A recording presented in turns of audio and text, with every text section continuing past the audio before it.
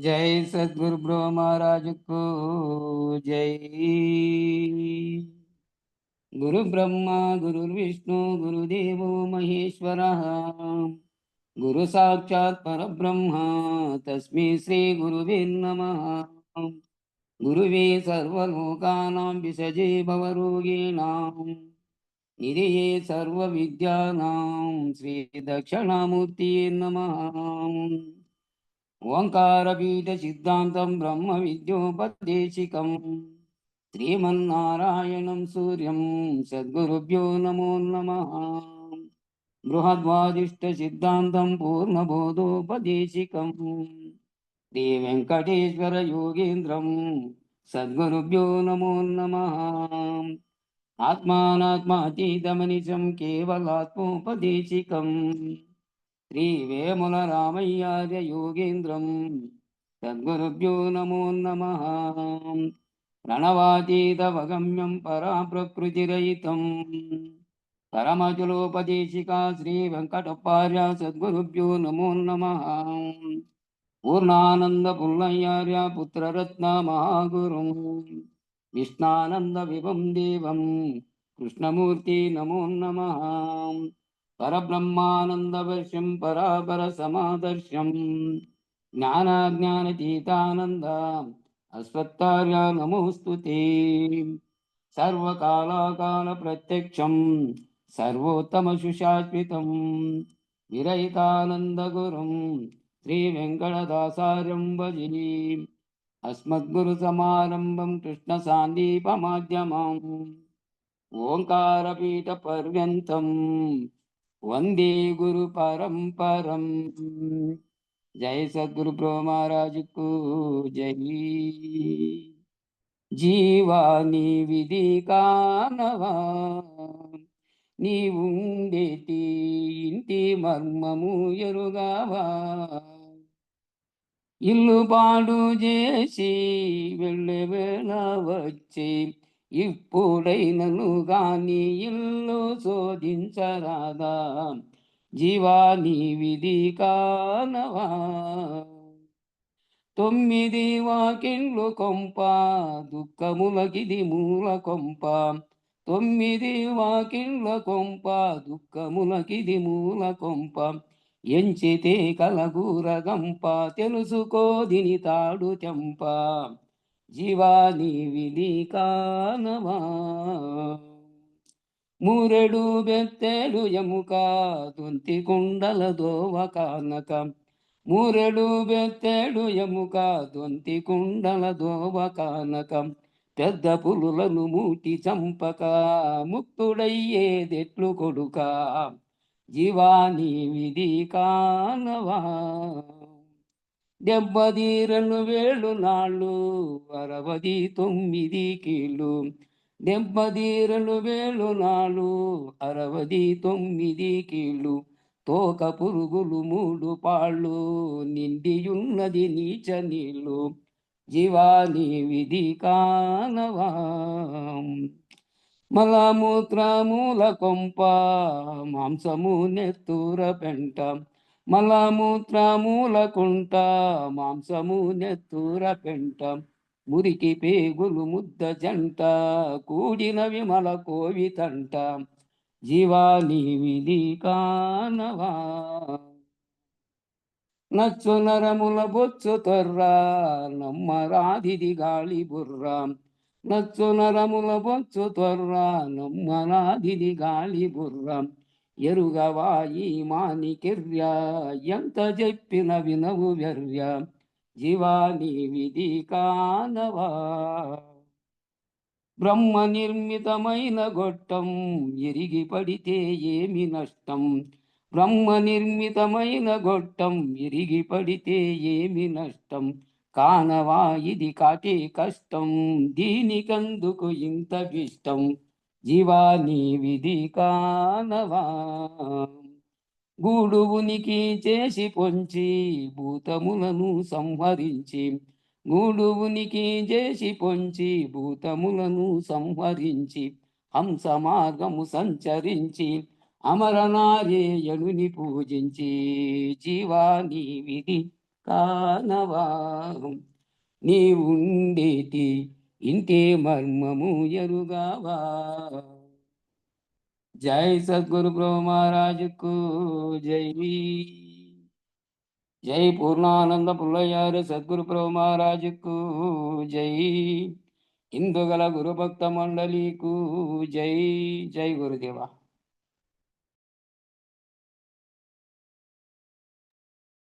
జై గురు.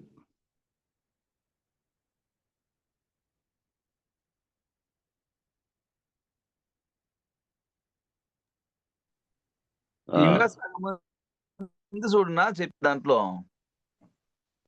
దీంట్లోనా?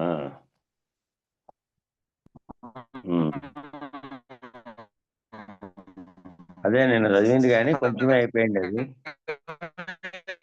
అయిపోయింది ఇది అర్థము. 47 అన్నయ్య రాలే. సరే రాలేదు. నీది కూడా వాయిస్ బ్రేక్ అవుతుంది. కరెక్ట్గా దగ్గర పెట్టుకొని పోను ఓ రకంగా మొదలుపెట్టది. 47దే మళ్ళీ ఈరోజు కొంచెమే అయిపోయింది నిన్న. చదువు అది 47 వినిమించు ప్రణవరావళిని.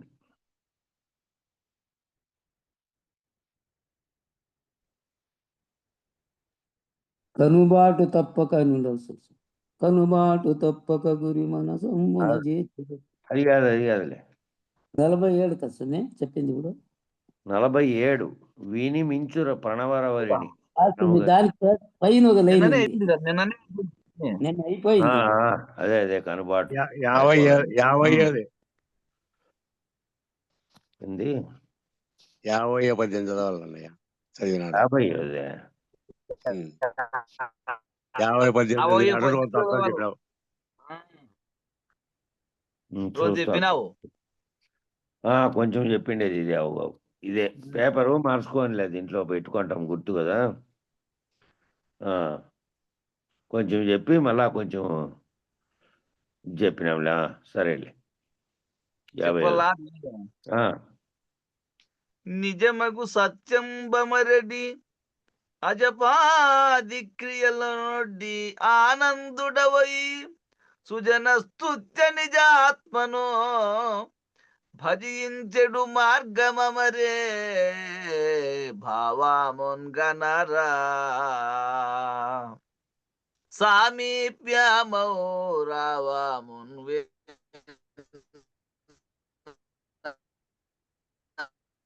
వాయిస్ బ్రేక్ అవుతుంది. దగ్గర పెట్టుకో. వినపడలే అసలు.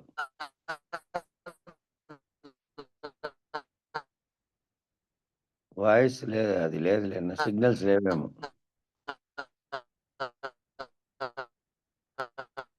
వినపడలేదన్నా, వినపడలేదు.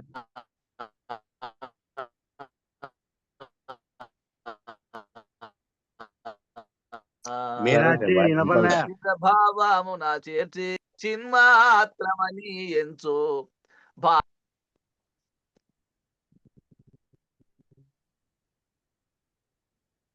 సరేలేదు, వినపడలేదులే. నేను చదివి మళ్ళీ చెప్తాను. ఓకే.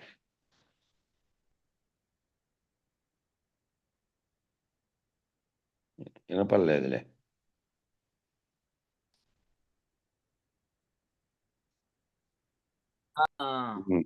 వినపడలేదు. సరేలే, నేనే చదివి చెప్తాను. వినపడలేదు. ఫస్ట్ 2 లైన్లు చెప్తే మళ్ళీ అటు నుంచి వినపడలేదు.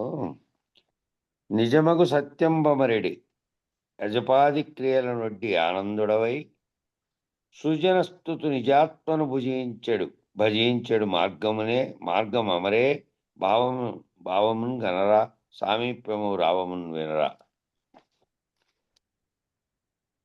సేవించి నీ ఆత్మ స్థిరభావమున చేర్చి జీవభావ సిద్ధి చిన్మాత్రమని ఎంచు భావిత జ్ఞానోదయమును బరపి మన్మయ తేజమందుచు నీవు నీలో నిరతసేమగు నేర్పునను నిర్భయలు దాకెడు భావమున్ గనరా సామీప్యము రావమున్ వినరా. ఇది కందార్థము. చెప్తామా సుమే? ఓకే, చెప్పి చూస్తామా? ఎందుకులే, ఇంకా చెప్పినాడు. నిన్న కూడా ఆల్రెడీ చెప్పింది. మళ్ళీ ఈరోజు మొదలు పెట్టాలి, ఈడే కొంత అయిపోయింది అని మొదలుపెట్టా. మ్యూట్ చేసుకోండి.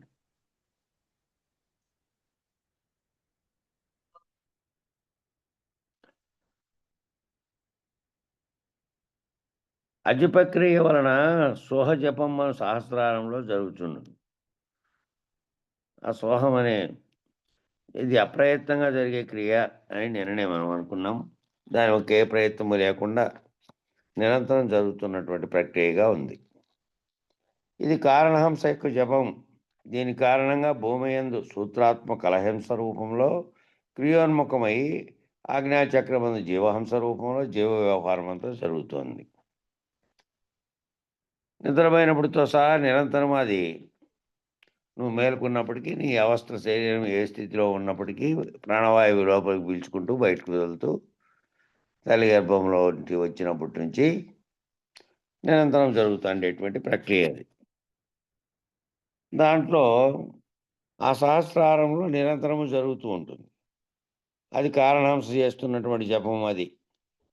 ఆ కారణంగా మళ్ళా భూమయందు అని నీ త్రిపుటిగా చెప్పబడుతున్న దాని యందు సూత్రాత్మ అనేది కలహంస రూపంలో కలిగి క్రియోన్ముఖంగా దాంట్లో వచ్చినటువంటి దాంట్లో క్రియోన్ముఖమవుతుందంటే దాంట్లో దీంతో కలుస్తోంది. ప్రాణం పోయి మనసును మేల్కొన్నటువంటి స్థితిలో దీంట్లో కలిసి అది ఆజ్ఞాచక్రం అందు జీవాంశ రూపంలో ఆజ్ఞాచక్రంలోకి వచ్చి జీవ వ్యవహారంలోకి వస్తుంది.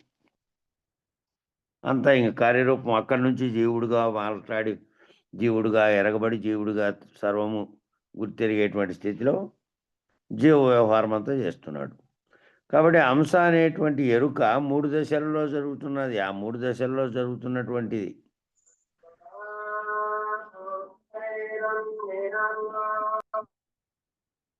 అదంతా కూడా జరుగుతున్నదంతా ఏమిటి అంటే బయలు లక్ష్యంలో లేనెరుకే. బయలు లక్ష్యంగా తీసుకున్నప్పుడు లేనెరుకే. బయలు లక్ష్యంలో విచారణ జరిపిన వానికి లేనెరుక. మామూలుగా ఉండి జీవుడికి విశ్వాన్ని విశ్వసిస్తున్న వానికేమో కనపడేదంతా నిజమే కాబట్టి వాని దృష్టిలో ఎరుక మామూలుగా కనపడేది. కనుక సోహం బ్రహ్మజ్ఞానం అనేది అజిపమును మానుము. ఈ సోహంగా ఏదైతే అంశ పీల్చుకుంటుందో దానితో దాని మంత్రాన్ని తెలుసుకొని అంశ మంత్రాన్ని దాన్ని జపిస్తూ దాంట్లో ఉండేదే ఎప్పుడు నిరంతరము ఉంటే అదే బ్రహ్మజ్ఞానం అనే అది అజిపమాన్ని మాను. దానికి అది బ్రహ్మజ్ఞానం అనేది కాదు. అది దానికి ఎదురొడ్డి మత పద్ధతిని విడిచినట్టి ఆ పద్ధతిలో కాకుండా మత పద్ధతి అనే దాన్ని వదిలిపెట్టి పెద్దల మార్గంలో నిజ ప్రబోధ విధానాన్ని అవలంబించి పెద్దల మార్గంలో పెద్దలు ఏ విధంగా ఇది విచారణ జరిపారో విచారణ జరిపి నిజ ప్రబోధలో పరబయలే నిజాత్మైన మార్గంలో ఎరుకను వేయడము.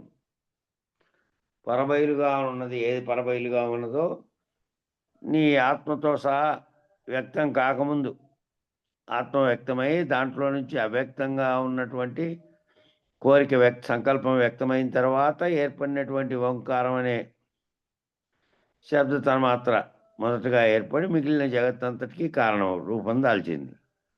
అది రాకముందు ఏ విధంగా ఉందో అదే నిజమైన నీ నిజాత్మ ఎక్కడుంది అంటే నీవు వచ్చినటువంటి జగత్తు రెండూ లేనటువంటి స్థితిలో ఏముంది? అచలం అనేటువంటి బయలుగానున్నదే ఉంది. పరిపూర్ణంగా అంతటా అదే ఉన్నది. కాబట్టి ఆ నిజ ప్రబోధ విధానమును అవలంబించి పరబయలే నిజాత్మైన మార్గంలో ఎరుకను వేయడము. ఆ పరబయలుగా ఉన్నదే లక్ష్యంగా పెట్టుకొని అదే నిజాత్మ. ఈ ఆత్మగా చెప్పబడినటువంటి గుర్తెరిగే ఎరుక లేకొచ్చినటువంటి సర్వము కూడా నిజానికి లేనిదే లేని ఎరుకలో ఉన్నట్లుగా మాయ చేత తోపింపబడుతున్నవే ఇవన్నీ అని ఈ ఎరుకను వీయడము. ఎరుక విడిచి ప్రబోధచే నీకెదురగుచున్న నాదమును లేనిదానిగా వినుము.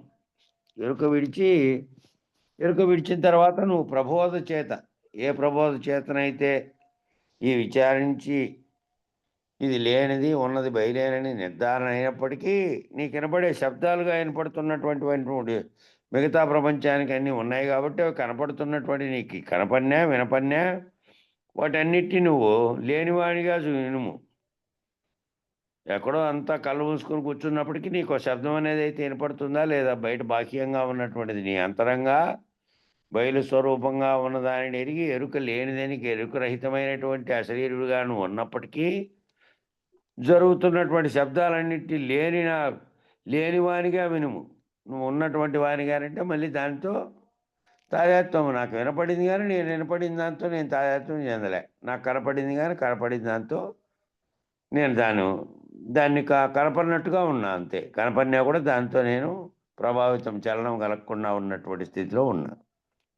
అశరీర గురుని శుశ్రూషగా సేవించుచు, అంటే అశరీర గురుడు ఎవరైతే నీకు ఈ ఎరుక అనే దాన్ని తప్పించి నిజ ప్రబోధన తెలపగలిగిన స్థితిలో ఉన్నారో అట్టి అశరీర గురుని శుశ్రూషగా సేవించి నీ ఆత్మ చెలించదను స్థిరమైన భావమును చేకూర్చుకును.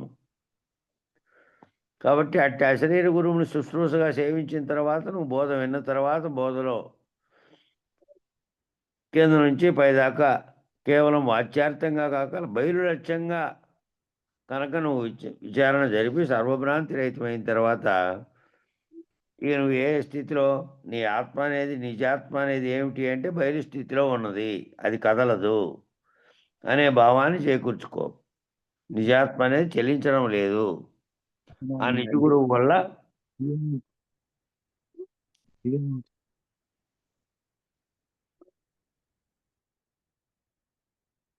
జీవభావం కలుగుటకు కారణము చిన్మాత్రమే ఎంచుకొనుము. జీవభావం కలగడానికి కారణం ఏమిటి అంటే ఈ చిత్తము ఏది తన్మాత్రలతో కలిసి ఎప్పుడైతే తాను వ్యవహారం వస్తుందో ఆ వ్యవహారం వచ్చినప్పుడు మాత్రమే నేను జీవుణ్ణి, నేను ఫలానా నామరూపాత్మకమైన శరీరంతో తాను తాదాత్మ్యం చెంది తాను ఆ స్థితిలో కార్యరూపం చేసేటువంటి వాటి అన్నిటితోనూ వ్యవహరిస్తోంది. కాబట్టి అది కారణం. సూత్రాత్మ తన చిత్శక్తిని వినియోగించకపోయినచో సన్మాత్రుడవును. ఆ సూత్రాత్మగా ఉన్నది ఏదైతే ఉందో అది చిత్శక్తిని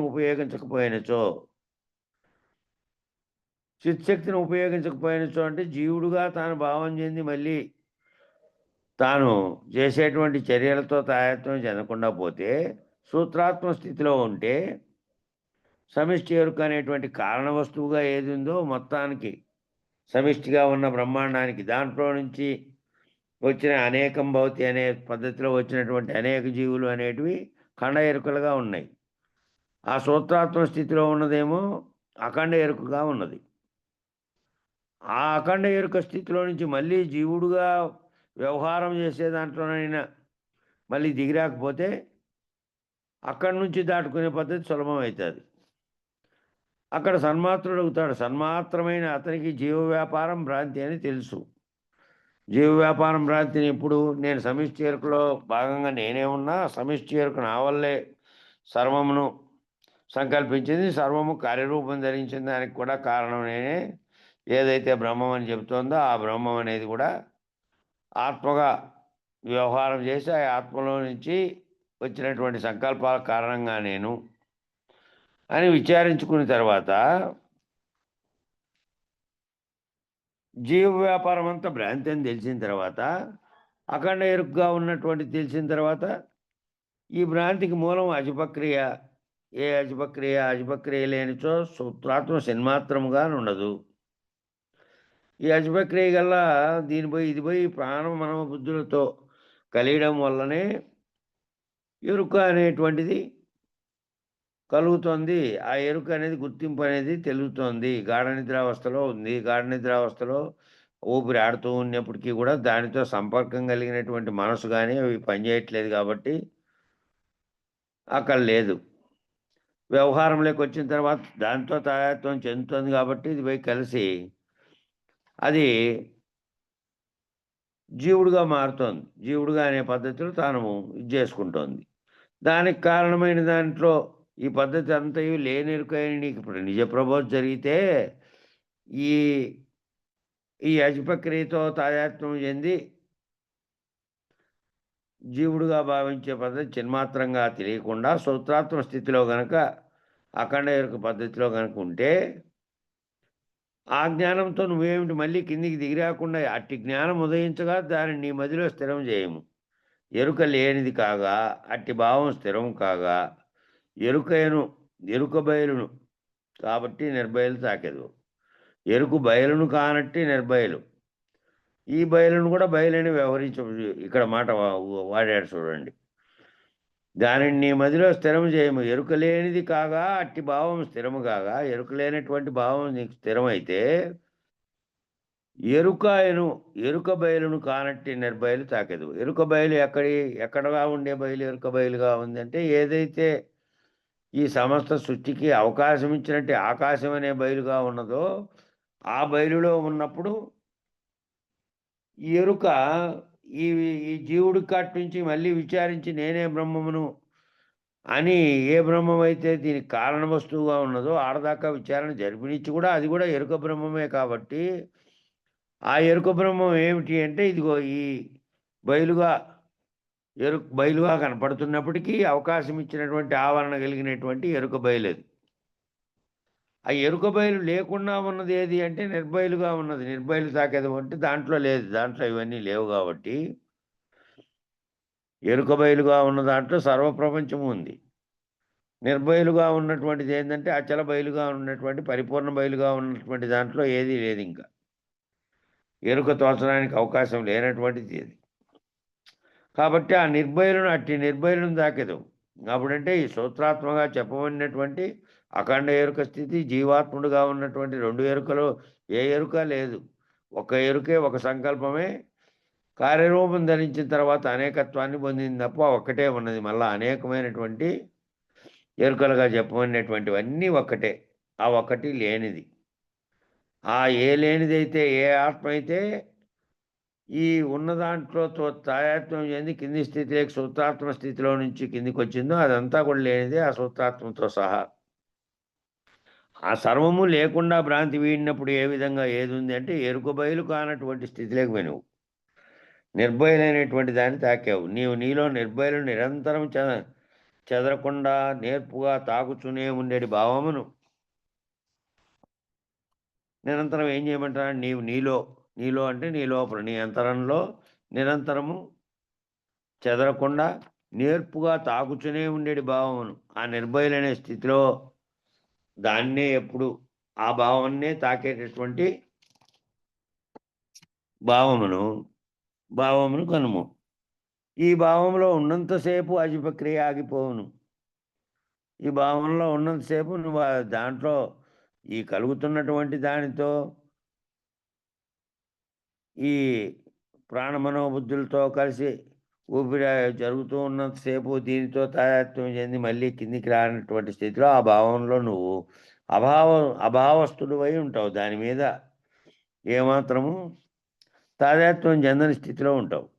నీవు సన్మాత్రుడవై నీ సమీపమునున్న ప్రణవరావమును లేనివానిగా ఇనుము. నీవు సన్మాత్రుడవై అంటే కేవల బయలుగా ఉన్నటువంటి ఆత్మస్వరూపంగా ఉన్నటువంటిది. ఎరుక ప్రపంచంలోకి దిగిరాకముందు ఏదైతే అసలైనటువంటి నిజాత్మగా ఉన్నదని ఇందాక చెప్పారో ఆ స్థితిలో ఆగిపోయి నీ సమీపంలో నీకు వినపడుతున్నటువంటి శబ్దానికి ప్రణవనాదంగా ఉన్నటువంటిది శబ్దం అనేటువంటిది వచ్చిందే, దేనివల్ల అయితే సృష్టి జరిగిందో అది వినపడుతున్నప్పటికీ దాంతో తాదాత్మ్యం చెందిన స్థితిలో లేనివానిగా వినుము. అది వినపడినప్పటికీ దాంట్లో నువ్వు వింటున్నటువంటి వానిగా లేవు. విననివానిగా లేనివానిగా వినుము. నీవు ఎరుక నుండి విడుదలవుదువు. లేనివానిగా వినకుండా ఈడ కూర్చొని ఇప్పుడు కనపడే దృశ్యాన్ని విరమింపజేసుకున్నాం అనుకో, కళ్ళు మూసుకుంటే కనపడే దృశ్యం లేదు. కనపడే దృశ్యం కంటికి కాదు, మనసులో కలుగుతుంది ఇంకో దృశ్యం. ఈ దృశ్యం వల్ల ఏర్పడిన భావం అంతా ఎక్కడికి పోయిందంటే మనసులో ఉండి స్థిరమైంది. ఆ మనసులో ఉన్న భావం కూడా ఈ దృశ్యంగా కనపడే భావం తొలగిపోవాలి. ఈ శబ్దంగా తన్మాత్రల చేతి తెలియబడుతున్నటువంటి లేనివైనటువంటి స్థితి మేల్కొని ఉన్నప్పుడే కలగాలి. మేల్కొని భావనలో ఉన్నప్పుడు కదులుతున్నటువంటి ప్రపంచం, శబ్దాలు వినిపిస్తున్న ప్రపంచం, తన్మాత్రల చేతి తెలియబడుతున్నటువంటి ప్రపంచం నిజానికి నాకు లేదనే భావంలో నీ భావ ప్రపంచంలో నువ్వు అది లేనివిగా, అవి వినేవానివిగా కానీ చూసేవానివిగా కానీ ద్రష్టగా దృష్ట్యానికి అనేది కానీ వినేది కానీ ఏది లేనటువంటి ఉండినప్పటికీ లేనివానిగా ఉంటారే అది ఉండి లేనివానిగా అవి వినకు. అవి వినపడుతున్నప్పటికీ దానితో తాదాత్మ్యం చెందవు. అట్లా ఉంటే నీవు ఎరుక నుండి విడుదలవుదువు. కనపడుతున్న దానితోనూ వినపడుతున్న దానితో తాదాత్మ్యం చెందని రీతిలో అవి వినపడినప్పుడు అవి వినకుండా ఉన్నటువంటి స్థితిలో నువ్వు ఉంటే,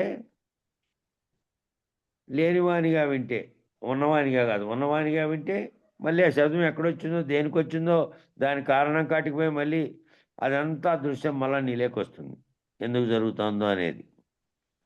కాబట్టి దానికి అతీతమైనటువంటి స్థితిలో అది వినపడినప్పటికీ వినకుండా, చూసినప్పటికీ చూడని వాడిగా వ్యవహారం చెయ్యి అని చెప్పారు.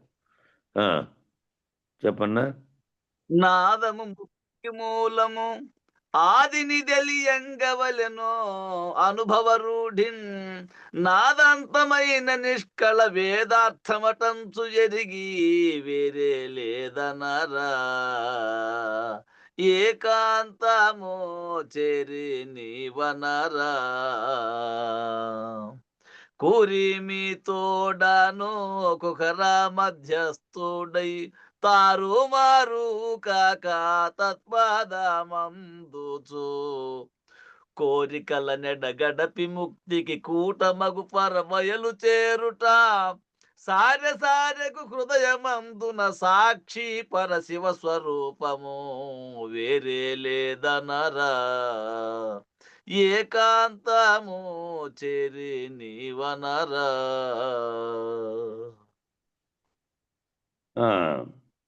ఏ బ్రహ్మము నాదమై నాదము వలన సర్వము ఏర్పడెనో, ఆ బ్రహ్మమునందు నాదము తిరిగి చేరినచో సర్వము లయమగును. ఎక్కడి నుంచి మొదట వచ్చిందో, ఏ నాదం చేత ఓంకారం అనే శబ్దం మొదట ఏర్పడినటువంటి ప్రణవనాదంగా వచ్చి ఆ నాదం నుంచి మళ్ళా ఏర్పడినటువంటి పంచతన్మాత్రలు గుణాలతో కూడి సర్వప్రపంచం కార్యరూపం దాల్చడానికి కారణమైనటువంటి మాయ వచ్చి చేరిందో, ఇది అంతటికీ కారణమైన మొదటి శబ్దం ఏమిటి అంటే ఆ బ్రహ్మం ఏ బ్రహ్మంగా ఉన్నది అవ్యక్త స్థితిలో నుంచి వ్యక్తమై శబ్దాన్ని కురిపించిందో, ఆ నాదమే ఆ నాదం వలన సర్వము ఏర్పడిందో, ఆ బ్రహ్మమునందు నాదము తిరిగి చేరినచో సర్వము లయమగును. ఈ నాదం అంతటికీ కారణమైనదంతా ఏ నాదం అయితే వచ్చిందో మళ్ళీ తిరిగి చేరడం అంటే మళ్ళీ కింద నుంచి ఏవి ఏర్పడినాయో అవన్నీ పోతా లయమైతే వస్తాయి అని చెప్పారు. పంచభూతాత్మకమైన వాటిలోనేమో భూమి నీటిలో, నీరు అగ్నిలో, అగ్ని వాయువులో, వాయువు ఆకాశంలో చేరే. ఆకాశం అనేది దేనివల్ల ఏర్పడింది? శబ్దం వల్ల ఏర్పడింది. ఆ శబ్దం దేని నుంచి అయితే మొదట కలిగిందో ఆ శబ్దం మళ్ళీ తిరిగి ఎక్కడి నుంచి కలిగిందో అక్కడ పోతే శబ్దం లేనటువంటి స్థితి, నాదరహిత స్థితి అనే దాంట్లోకి పోయింది. పోతే ఏముంది? జగత్తు లేనటువంటి స్థితిలో పరిపూర్ణమే అచలమే ఉంది, నాదమే లేదు. ఆ నాదం లేని స్థితిలోకి చేరుకో. సర్వము ఏ బ్రహ్మం ద్వారా వచ్చి, ఏ బ్రహ్మం అనేది ఏ నాదం ద్వారా వచ్చిందో బయటికి శబ్దం ద్వారా మొదట కలిగింది తన్మాత్రల్లో శబ్దమే. దానితో వచ్చినటువంటి మిగతా జగత్తంతా లయమైన తర్వాత ఎక్కడి నుంచి ఆ శబ్దం వచ్చిందో ఆ శబ్దం మళ్ళీ అక్కడికే పోయింది. అట్లా ఏ విధంగా ఏ ప్రకారం వచ్చినో ఆ ప్రకారమే కాలాంతరమున మరలా వచ్చుచుండును. కనుక నాదమును మీరి ఎరుక అనేది నీవే లేకుండా పోవలను. కాబట్టి ఏ ప్రకారం ఆ శబ్దం వచ్చిందో ఆ ప్రకారం శబ్దం అనేది కాలాంతరంలో మళ్ళీ ఈ సృష్టి అనేది జరిగినప్పుడల్లా మళ్ళీ ఏ శబ్దం చేత వ్యక్తమై మళ్ళీ వస్తుందో దాంట్లో మళ్ళీ సకల సృష్టి జరుగుతోంది. దీనంతటికీ కారణ వస్తువుగా ఉన్నది ఏది అంటే, ఏ సంకల్పం అయితే వ్యక్తం కావాలని మొదట పుట్టిందో దాంట్లో నుంచి ఇది కారణ వస్తువుగా ఉన్నది. కాబట్టి నీలో బీజ వస్తువుగా అదే ఉన్నది. నీవు జగత్తుతో సహా అనేక సార్లు పుట్టి గతిస్తూ ఉండడానికి కారణ వస్తువుగా ఉన్నటువంటిది ఉంది.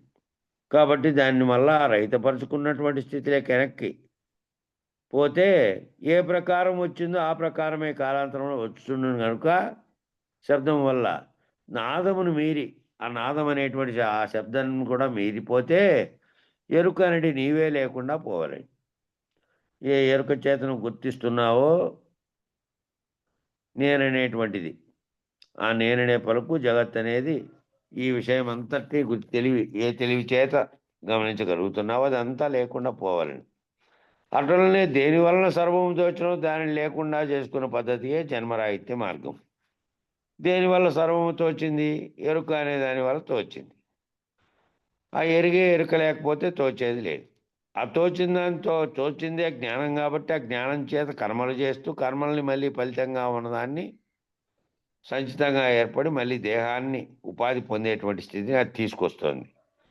కాబట్టి దానిని ముక్తి దాన్ని లేకుండా చేసుకుంటే ఏదైతే బీజ వస్తువుగా ఉండి తెస్తుందో దాన్ని లేకుండా చేసుకునే పద్ధతే జన్మరాహిత్యం మార్గం. కాబట్టి నాదాతీతమే ముక్తికి మూలం. నాదాతీతము అంటే ఏ శబ్దం మొదట కలిగి ఆ శబ్దం వల్ల ఆకాశం అనే ఆవరణము, ఆ ఆవరణములో మిగిలినవన్నీ తన్మాత్రల స్థితిలో నుంచి కార్యరూపం ధరించి భౌతిక వస్తువులుగా వచ్చినాయో అవి లేనటువంటి స్థితిలోకి మళ్ళీ వెనక్కిపోతే ఆ శబ్దం ఎక్కడ కలిగిందో ఆ శబ్దమే లేకుండా పోతే ఆ నాదం అనే దానివల్ల జగత్తు ఏర్పడిండే ఆ నాదమే జగత్తుకు కారణమైంది. కాబట్టి అది లేకుండా పోతే ఇది స్పష్టంగా అనుభవపూర్వకంగా తెలియవలను. ఈ నాదం లేకుండా పోవడము అనేది ఎట్లా స్పష్టంగా అనుభవపూర్వకంగా తెలియవలను? వేదార్థము ప్రకారము ముక్తి అనగా నాదాంతమైన నిష్కల. వేదాల్లో తీసుకునేటువంటి అర్థం ప్రకారం తీసుకుంటే ముక్తి అంటే ఏంటంటే నాదాంతమైనటువంటి నిష్కల. అంటే శబ్దరహితమైనటువంటి ఏ కళలు లేనటువంటి ఏ కళలు తోచేది లేదు. దృశ్యంగా కానీ వినపడేదానిగా కానీ ఏవీ లేవు. తన్మాత్ర రహితమైనటువంటి స్థితి. నిష్కల అనగా జగదుత్పత్తి పరిణామము నాశము లేని యొక్క నిశ్చలత. నిష్కల అంటే ఏమిటి అంటే జగత్తు ఉత్పత్తి చెందేది కానీ మళ్ళా పరిణామం చెందేది కానీ మళ్ళా నాశనం చెందేది కానీ ఈ మూడు క్రియలు లేనటువంటి ఒక నిశ్చలమైనటువంటి స్థితి. అట్టి నిష్కలలో ఏమీ లేదు. ఆ నిష్కలలో ఎవరు? చూసేవాడు లేడు, చూసే దృశ్యము లేదు, ద్రష్ట లేడు, దృశ్యము లేదు, దృష్టి లేదు. అట్లాగే వినేవాడు లేడు, నాదాన్ని దానితో తాదాత్మ్యం చెంది దాన్ని విషయంగా మార్చుకునేవాడు లేడు. నిష్కలలో ఏమీ లేదు. నిష్కలలో కనపడేదే లేదు. కనపడేది ఏందుంది? నిష్కలలో కనపడేది లేదు. కనుక నీవు ఏకాంతమైనగా కేవల దృక్స్థితివై ఏమీ లేదను. నీవు ఏకాంతంగా ఏంది? కేవల దృక్స్థితిగా ఉన్నటువంటి దాంట్లో నేననేటువంటి బాహ్య జగత్తు కానీ అంతర్జగత్తులో విషయంగా ఉన్నది కానీ అంతా రహితమైపోతే కేవల దృక్స్థితివై ఉండి కనపడుతున్న దానితో కానీ వినపడుతున్న దానితో కానీ తాదాత్మ్యం చెందిన స్థితిలో నువ్వు ఉండాలి. కాబట్టి కేవల దృక్స్థితి అని కనపడుతున్న దానితో మళ్ళీ తాదాత్మ్యం చెందితే కళలు ఆ కనపడుతున్నవన్నీ ఈ కళల్లో కళ వల్ల కనపడుతున్నదే.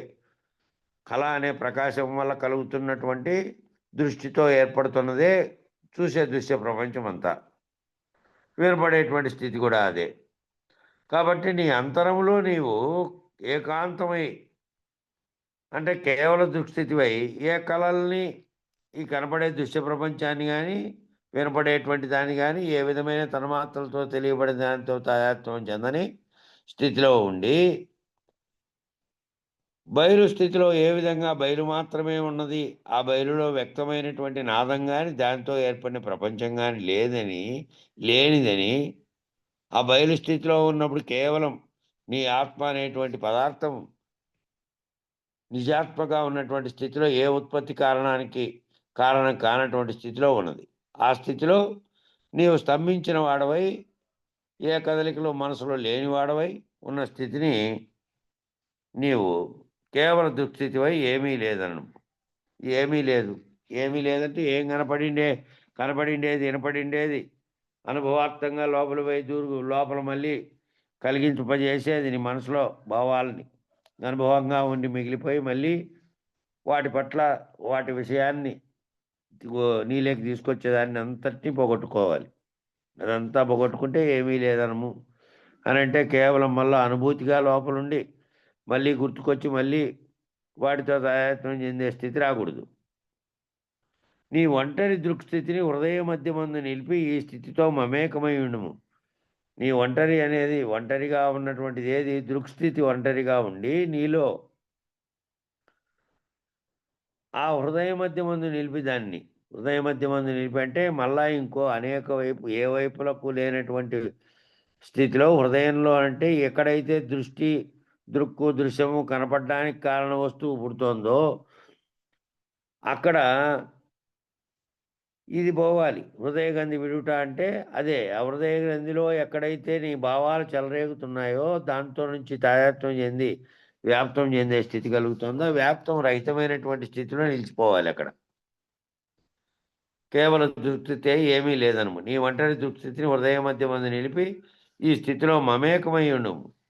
సత్యాసత్యములందు తారుమారుగాక సత్యమనే దాంట్లో అసత్యమనే దాంట్లో రెండు ద్వంద్వములే.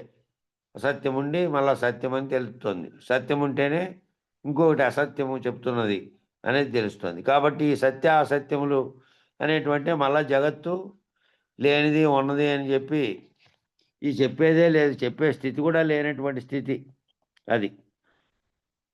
ఇది శరీరం సత్యమని కానీ అది అసత్యమని కానీ ఇది ఆత్మ సత్యమని కానీ ఈ శరీరం అసత్యమని కానీ ఈ రెండింటినీ గుర్తించేవాడే లేడింగా. ఆ రెండు స్థితులను దాటినటువంటి స్థితిలో ఏదైతే ఇవి పుట్టకముందు ఉన్నటువంటి స్థితి ఉందో ఆ రహిత స్థితి. కాబట్టి ఆ దాని స్థితిలో మమేకమై సత్యాసత్యంలో తారుమారుగాక మళ్ళా అసత్య ఎరుకను లేనెరుకైన నిర్భయలను సత్యమునకు తోవగా నుంచి నువ్వు రూఢి చేసుకొనుము. అసత్య ఎరుక ఇది లేనెరుకయే అని నిర్భయలను సత్యమునకు త్రోవగా నుంచి రూఢి చేసుకును. లేనెరుక ఎప్పుడు కావాలి? లేనెరుక ఇది అని ఎరుకగా విచారణ చేసినంత వరకు అంతా కూడా ఎరుకే విచారణ చేసింది. ఎరుకే తన రూపాన్ని, ఎరుకే బయలు స్వరూపాన్ని, ఎరుకే సర్వమును. ఈ తన్మాత్రలు ఏర్పడిన స్థితి కాటి నుంచి మళ్ళీ ప్రపంచం ఏర్పడటం, మళ్ళీ లేకపోవటం అనే విచారణ అంతా ఇదే చేసింది. ఇదే చేసిన తర్వాత సర్వభ్రాంతులు వీడిన తర్వాత ఆ భావస్థితి పొందిన తర్వాత మళ్ళీ ఏమైందంటే ఇది లేనెరుక. లేకనే కేవలం కలవలే తోచింది. కలవలే తోచి ఇదంతా ఉన్నట్టుగా భ్రమ చెందింపజేసింది. నిజానికి రూఢి చేసుకుంటే విచారణ తర్వాత రూఢి అయినది ఏమిటి అంటే ఇది లేనెరుకేను. లేనెరుకలో అన్నీ తోచబడుతూ ఉన్నాయి అని రూఢి అయింది. గురువాక్యం చేత రూఢీపరుచుకున్న వానికి రూఢి అయింది. మామూలు కనపడేవానికి ఎరుక అది లేనిది అని ఎప్పుడు రూఢి?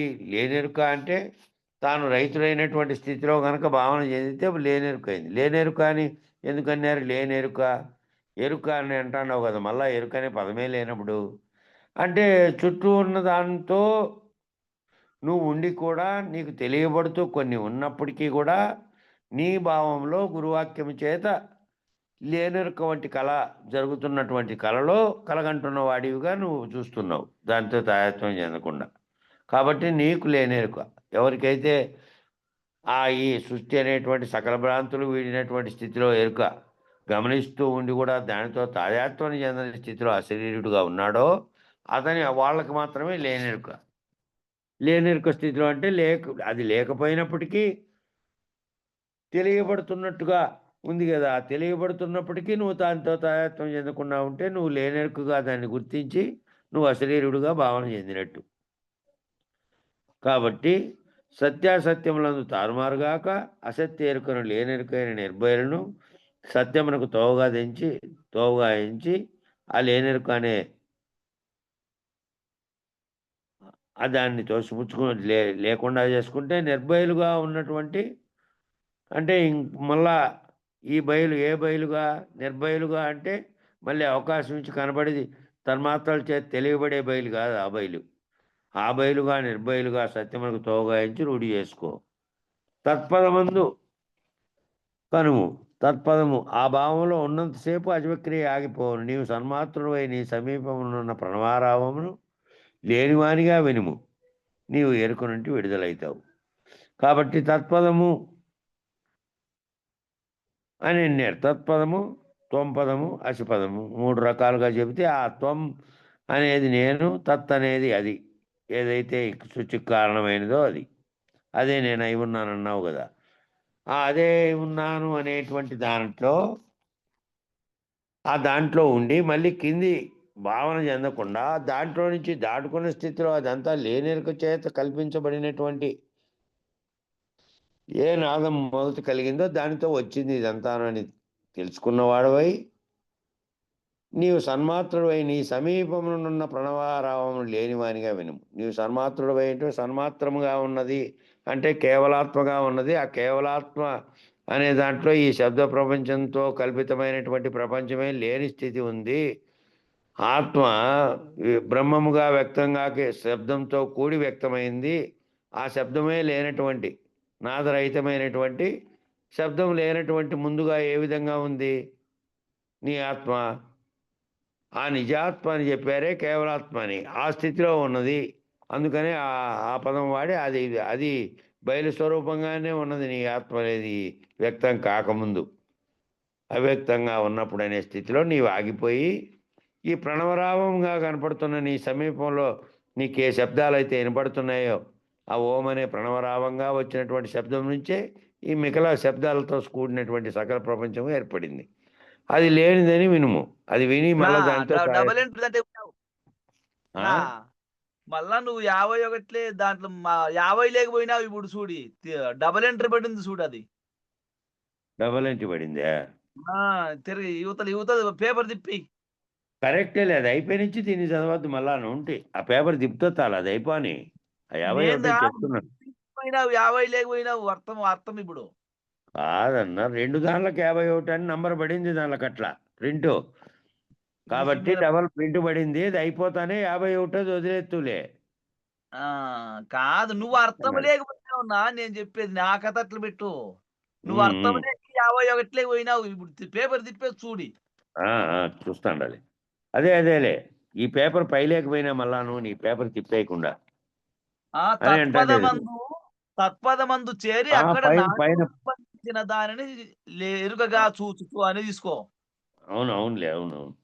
అట్లా పై పేపర్ లేకపోయినాము. అదేలే ఈ తత్పదం అనే దాంట్లో నుంచి పేపర్ తిప్పేయకుండా పైన దాన్ని చూసినందువల్ల పైన దాంట్లో ఉన్న దాన్ని చెప్తున్నాను. అది 51లోదే 51లోదే 51 డబల్ పడింది. 51 అనే నంబర్ డబల్ పడింది. అది 51 నంబర్గా. అక్కడ నాదం సంబంధించిన దానిని లేనెరుకగా చూస్తూ అక్కడ నాదం ఏదైతే చేరిందో ఆ శబ్దంతో చేరినటువంటిది అంతా కూడా లేనిదిగా భావించు జగత్భావమునందు చిక్కుకొనక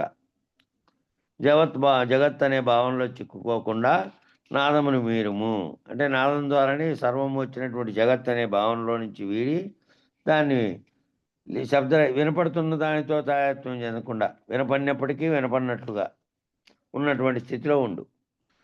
నాదాంత రూపముక్తి కొరకు స్థిరముకు పరబయలు చేరుటను లక్షించము. నాదం లేనటువంటి ముక్తి కొరకు స్థిరమైనటువంటి పరబయలులో చేరేదాన్ని లక్షించము. మాటిమాటికి హృదయ మధ్యమున్న చలన బ్రహ్మకు పరమైనటువంటి పరశివ రూపమును నిలుపుచు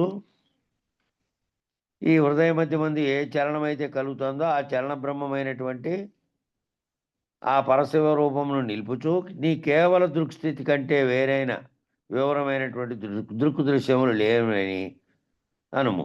కాబట్టి దృక్కు దృశ్యములుగా ఏర్పడుతున్నవన్నీ ఏవైతే కనపడుతున్నాయో చలన బ్రహ్మంగా ఉండి నేను బ్రహ్మంని నాకు కనపడుతున్న దాంతో తాయత్వం చెందకుండా పరశివ స్వరూపం అంటే అది దాటినటువంటి స్థితిలో ఉన్నటువంటి దాంట్లో నిలబడితే ఈ దృక్కు దృశ్యంగా నీకు కనపడుతున్నటువంటివి వేరే రకంగా వివరమైనటువంటి దృక్కు దృశ్యములు అన్నీ లేనివని ఆ కేవల దృక్కు మాత్రమే అది కేవలాత్మగా ఉన్నటువంటి స్థితిలో ఉన్నది. దాంతో ఈ చలనమైనటువంటి బ్రహ్మంతో కదిలేటువంటి వచ్చినటువంటి తన మాత్రలతో తెలియబడినది ఏంది లేదని నిష్కల అయ్యి ఏకాంతమై మళ్ళీ నాదం అనేదే లేకుండా నాదాంతమై ఊరకు ఉండిపోము. ఆ ఊరకు ఉండిపో నాదము లేదు. నాదం అనే వినపడేది లేదు.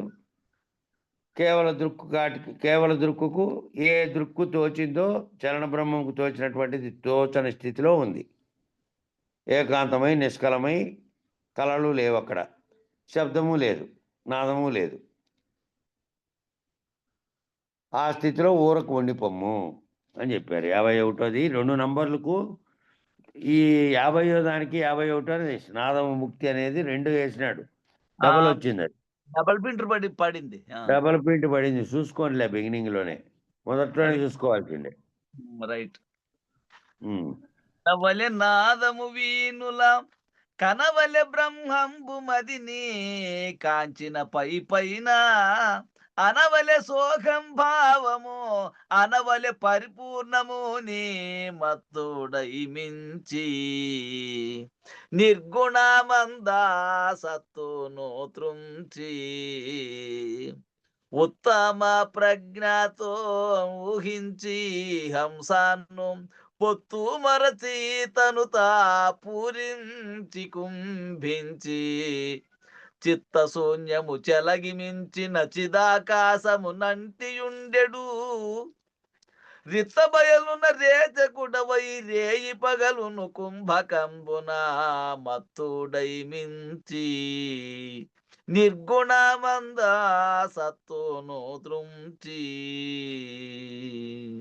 జై గురు. నాదాంతమైనను లేని నాదముండును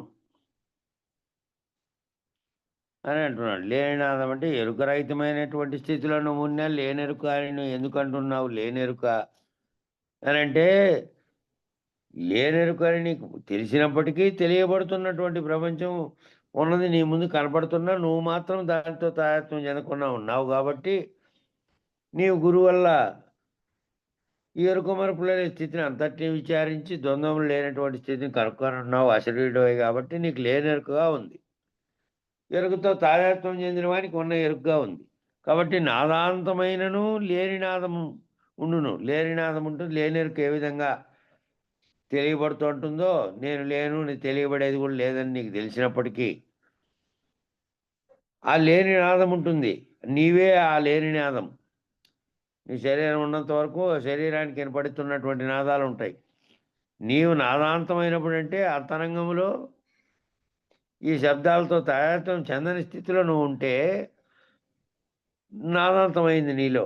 ఈ నాదమునకు ఆది ఎగుదువు. ఈ నాదానికి ఆది అంటే అవ్యక్తంగా ఉన్నటువంటి స్థితి కనుక నీవు చెరువులారా ఈ లేని నాదం నువ్వు వినుము. చెవులారా నువ్వు వినపడుతున్నా లేని నాదమే అది.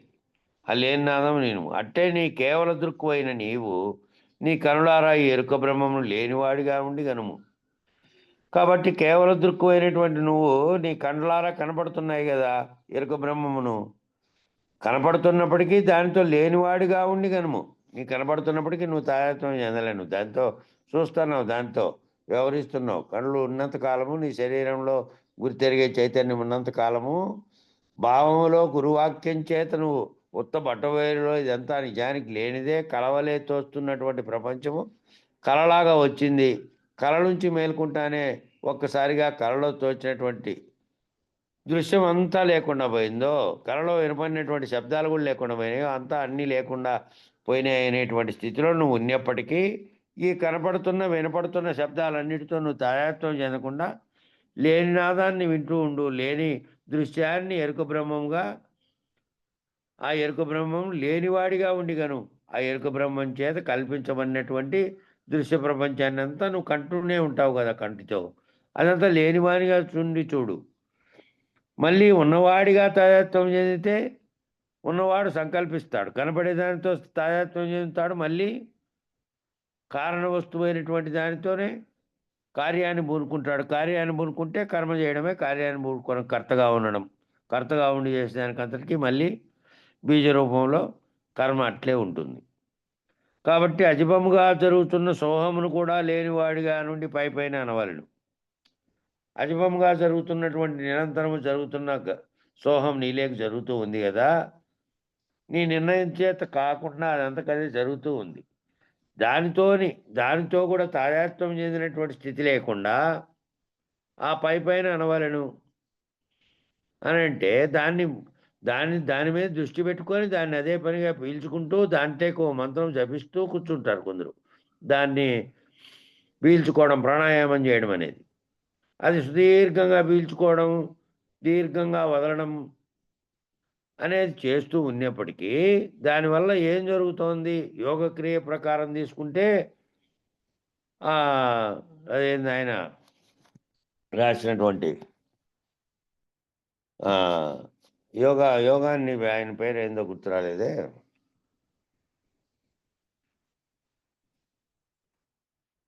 యోగ శాస్త్రం రాసినటువంటి పతంజలి యోగ సూత్రాల ప్రకారం ఏమిటంటే ఆ యోగంలో ఏదైతే అజిపంగా గాలి పీల్చుకుంటున్నటువంటి దాన్ని కూడా ఒక ఆసనాలుగా చేసుకొని ఇప్పుడు ఆరోగ్యం కోసం చేస్తున్నారనుకోండి. అది దీర్ఘంగా పీల్చుకోవడం, దీర్ఘంగా వదలడము, దాన్ని అనేక సార్లుగా చేయకుండా ఉంటే ఏదైతే అనేక మార్లుగా 21,600 అంశాలు తిరుగుతూ ఉన్నాయో వాటిలో కాల వ్యత్యాసం మారిపోయి తగ్గిపోతాయి అవి. ఆ తగ్గిపోయిన వానికి ఇక కొంచెం ఆయుష్ పెరుగుతూ ఉంటుంది అనేది వాళ్ళు దాంట్లో చెప్పినటువంటి సూత్రం పతంజలి యోగ సూత్రాల్లో. కాబట్టి దాని ప్రకారంగా జరుగుతున్నటువంటి దాని మీద కూడా నువ్వు దృష్టి లేకుండా ఉండి దేనివాడిగా ఉండి పైన అనవలను దాన్ని మళ్ళీ దీర్ఘంగా పిలిచి దీర్ఘంగా చేయడం అనేది యోగాసనాల్లో ఉంది. కాబట్టి నిష్కళ నిర్భయలు స్థితి ద్వారా కలిగినట్టి పూర్ణమును పూని నిష్కళ ఆ కళ ఏది కనపడేది లేదు, నిర్భయులుగా ఉన్నటువంటి దాంట్లో దృశ్యము లేదు, నాదము లేదు, రెండూ లేవు. వినపడిన దాన్ని ఇంతకుముందు చెప్పాడు పై దాంట్లో. వినపడినప్పటికీ వినిన దాన్ని వినపడుతున్న దానిగా వినకు, అది విననివాడిగా ఉండు. అట్లాగే నిష్కలగా నిర్భయల స్థితి ద్వారా కలిగినట్టు పూర్ణమును భూని అభావముగా సోహంభావం ఉండవలను. సోహంభావం చేత దాన్ని కూడా గుర్తెరిగే మంత్రం చేత ఉండే భావనలో లేకుండా దాన్ని కూడా గుర్తెరిగే స్థితి లేనటువంటి అభావంగా ఉండాలి. నిర్భయలందుండి స్పృహ కోల్పోయిన వాడవై సోహంభావను మించవలను.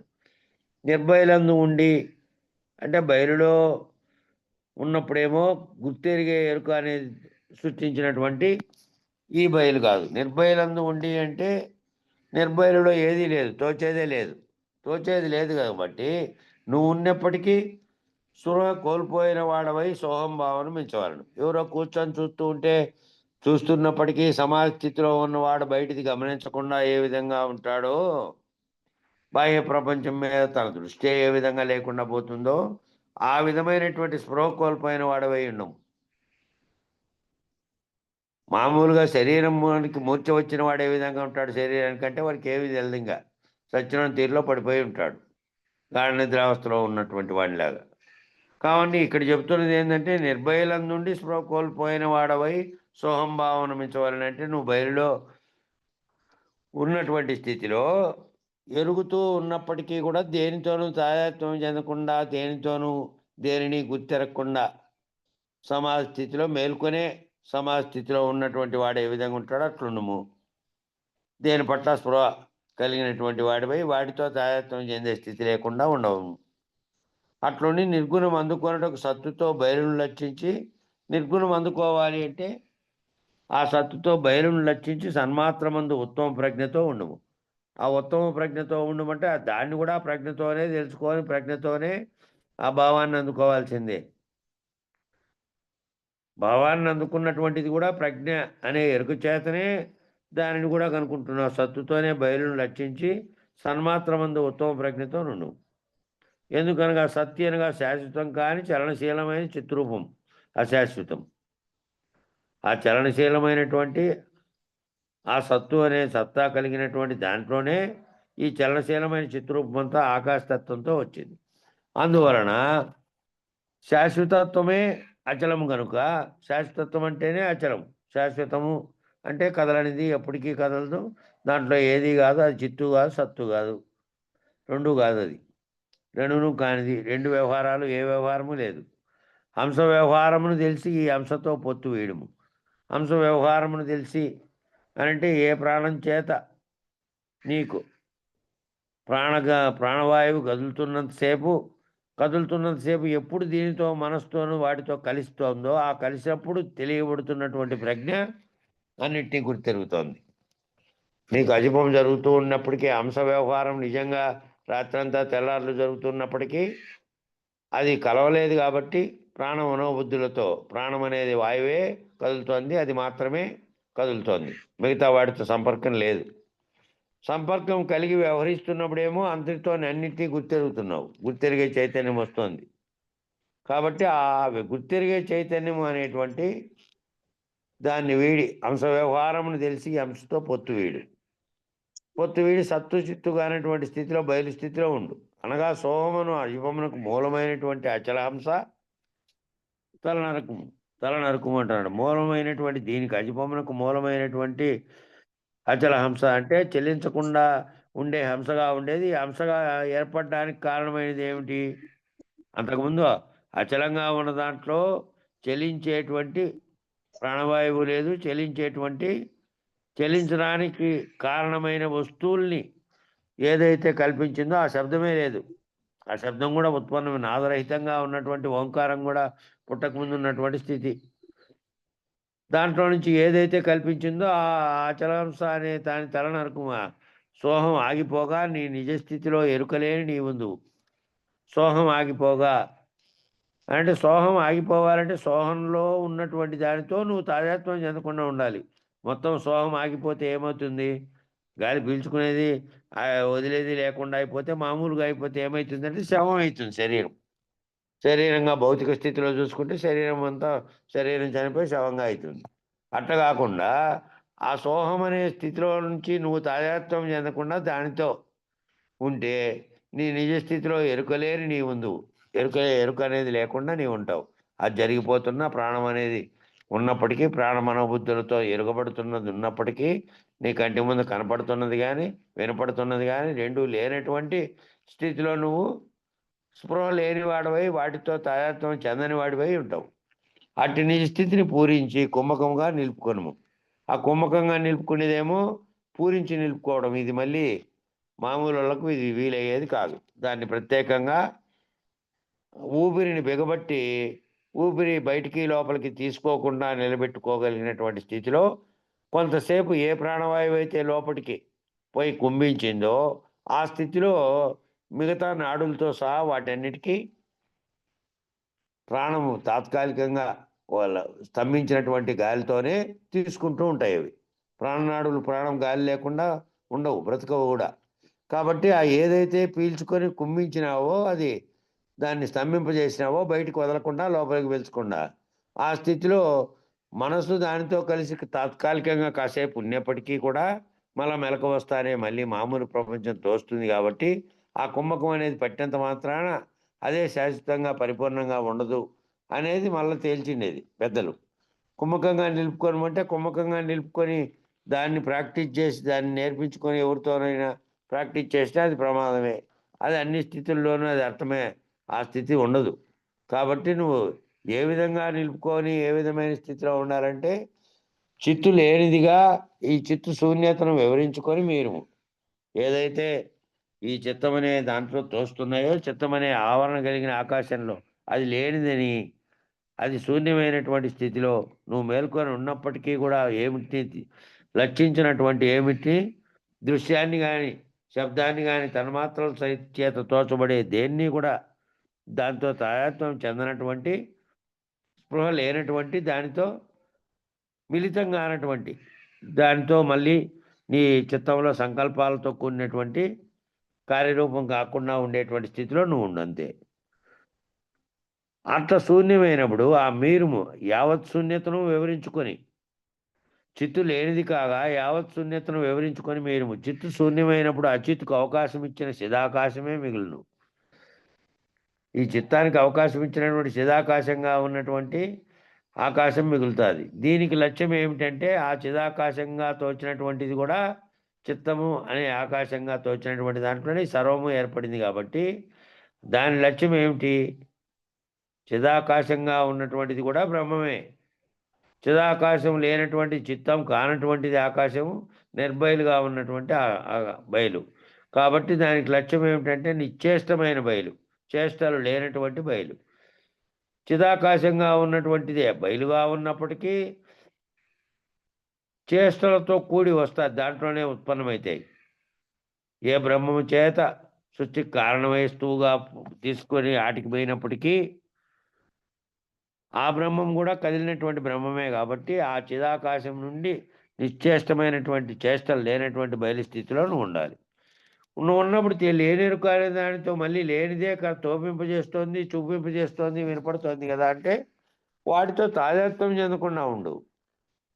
నిశ్చేష్టమైన బయలుగా నువ్వు ఉన్నప్పటికీ మళ్ళీ లేనెరుక అనేది చూపింపజేస్తోంది, కనపడుతోంది, చూస్తున్నటువంటి వాటితో భావస్థితిలో ఉన్నటువంటిది తాదాత్మ్యం చెందకుండా ఉండవు. ఆ బయలందు చిత్తు సంబంధించిన ఎరుక అంతటి రేచించము అనగా వీడుము. ఆ బయలు స్థితిలో ఉన్నప్పుడు ఏం చేస్తావు? చిత్తు సంబంధమైనటువంటి చిత్తాని చేత ఎరుగబడుతున్నటువంటి తెలియబడుతున్నటువంటి ఎరుకంతటి వీడి దానితో ఆ విధంగా పగలు రేయిలందు నీ నిజమైన అచల స్థితిని లేనెరుకగా కుమ్మించుచు చిత్రూప ఎరుక సంగతులను రేచించుచు అభ్యాసం చేయము అంటాడు.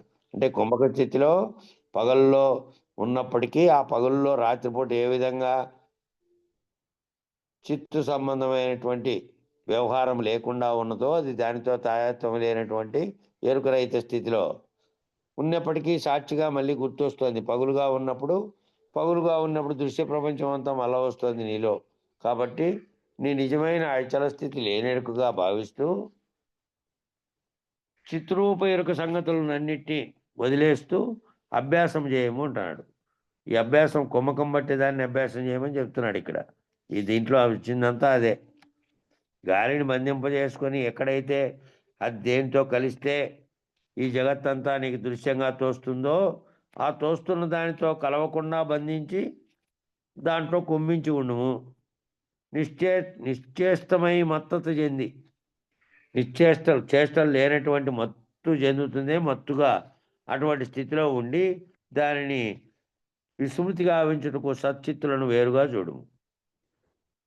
లేనెరుక రూపమైన సత్రూపమును పూరించి కుమ్మించినందువలనను మరియు చిత్రూప ఎరుకను వీడినందువలను నీవు గుణరహితమగుదువు అని చెప్పాడు. అంతా కుంభకంలో ఉన్నటువంటి స్థితిలో కనుక నువ్వు ఉండిపోతే జగత్తును గుర్తించని స్థితిలో తాత్కాలికంగా ఉంటావు. అంతేగాని సహజ స్థితిలో ఉన్నటువంటి సహజ స్థితిలోనే నువ్వు ఎరుక స్థితి లేక పొందకుండా సహజ స్థితిలో ఉంటేనే బయలుగా ఉండము నువ్వు అని మన పెద్దలు చెప్పిండేది. నువ్వు సహజంగానే కేవలాత్మ స్థితిలో ఉండే స్థితిని అలవర్చుకో. ఈ కుంభకంతోనూ ఇంకో దానితోనూ దాని స్థితిలో ఉన్నప్పటికీ కూడా దాని స్థితిని మళ్ళా వ్యవహార స్థితిలో కూడా నేర్పగలిగిండే వాళ్ళు కొందరు ఎవరైతే ఉన్నారో వాళ్ళు చేయగలరు. కానీ సామాన్యులైనటువంటి వాళ్ళు ఆ స్థితిలో మళ్ళీ దానిని వ్యవహార స్థితిలో చేయడం కష్టం. కాబట్టి అది దాని కాటికి అయిపోయింది. 53వది రేపు పొద్దున్నే చెప్పుకుందాం. మంగళం చెప్పండి. జై సద్గురు ప్రో మహారాజుకు జై. స్థిరమగు మీ పదవిని సుస్థిరముగా సంస్థాపనంబు చేసి జనులకు పరిపూర్ణ బోధ ప్రకటపరచిన మరి శివరామార్యులకు మంగళమనరే. ఆర్యులకిప్పుడు మంగళమనరే. పొంగుచు సిద్ధాంత పూర్ణులయ్యరు కాను భంగపరచిన గురు పారంపర్యులకు మంగళమనరే. తత్పీఠముకు మంగళమనరే. నిరతము జగములు మీరియు మరుపును ఎరుకనుగాక మాయయు లేకన్ పరిపూర్ణమైనట్టి గురునకు మరి విశ్రాంతి చంద మంగళమనరే. నిత్యము శుభ మంగళమనరే. అంగలింగములకు అతీతమగు మాయ సంగారహిత గురు సభకు అధ్యక్షులకు మంగళమనరే. నిత్యము శుభ మంగళమనరే. మరియును పీఠస్థులకును పరమతత్వ విచారులకును నిరతము వేదాంత సభలు నిలకడైన సాధు జనులకు ఆరతి దిగో మంగళారతి దిగో. సద్గురుమూర్తులకు ఆరతి దిగో మంగళారతి దిగో. మంగళం గురుదేవాయ మహనీయ గుణాత్మని సర్వలోక శరణ్యాయ సాధురూపాయ మంగళం మంగళం మంగళం. జై సద్గురు ప్రభు మహారాజుకు జై.